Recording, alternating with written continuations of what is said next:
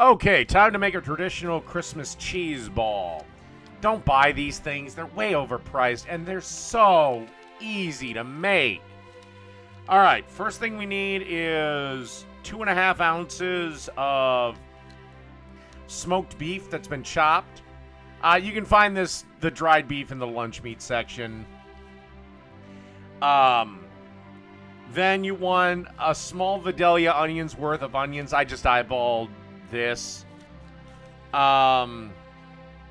And then you want 1.5 8-ounce packages of cream cheese, or 12 ounces, whichever you prefer.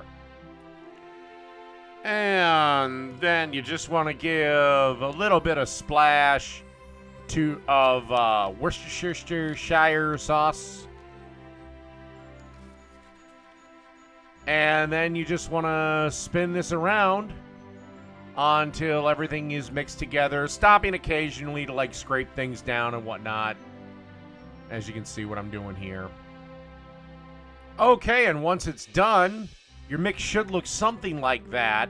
And basically you just want to use your hands and scoop it out and form this mix into a ball.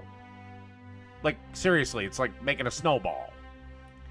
Okay, as you can see here, I've got a cup of chopped walnuts. And I'm just putting the finishing touches on the cheese ball.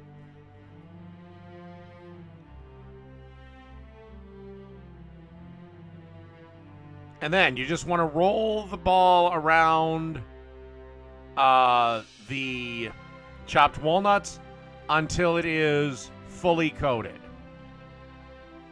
Again, don't be afraid to pick them up and whatnot. You can always reform the ball later.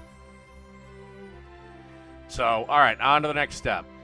Okie dokie. Now, on a sheet of wax paper, place your cheese ball. And then wrap it up like this. And then you basically want to twist it shut, tie it off, and then leave it in the fridge for at least 2 hours or up to overnight. All right, through the magic of cooking show editing, the 2 hours has passed. Our cheese ball is there. And the only thing you really want to serve this with is crackers. So yeah, a nice Christmas cheese ball. Done. I just saved you $20.